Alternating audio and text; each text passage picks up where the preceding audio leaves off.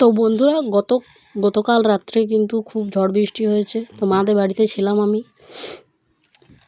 রাতে না ঠিক সন্ধ্যের দিকে, মানে সন্ধ্যের দিকে ঝড় বৃষ্টি হওয়ার পরে তারপরে আমরা রাতের দিকে বাইরে বেরিয়েছিলাম, প্রায় 7টা সাড়ে 7টার দিকে। তো তারপরে দেখছি অনেক গাছ ভেঙে গেছে। তো একটা আমাদের বড় পেঁপে মা গাছে রেখেছিল বীজ হবার জন্যে, তো সেই পেঁপেটাও দেখছি পড়ে গেছে। এই যে এত বড় সাইজ পেঁপেটা, মোটামুটি একটা পেঁপেই মনে হয় 2-3 কেজি হবে।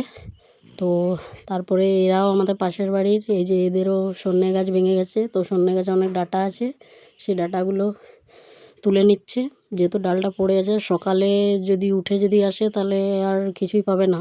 আর আমরা ওইখানে রয়েছি, আমার মেয়ে দাঁড়িয়ে আছে, আমার বোন, আমার মা, সবাই মিলে বেরিয়েছি। তো পেঁপে পড়েছে, আর এই যে এদেরও একটা পাকা পেঁপে পড়েছে এদের গাছ থেকে, আর গাছেও একটা রয়েছে পাকা পেঁপে। আর চারিদিক অন্ধকার, প্রচণ্ড পরিমাণে ঝড় বৃষ্টি হয়েছে। এইখানে বেগুনগুলো রয়েছে, সব দেখে নিচ্ছি ভালো করে ঠিকঠাক আছে কিনা।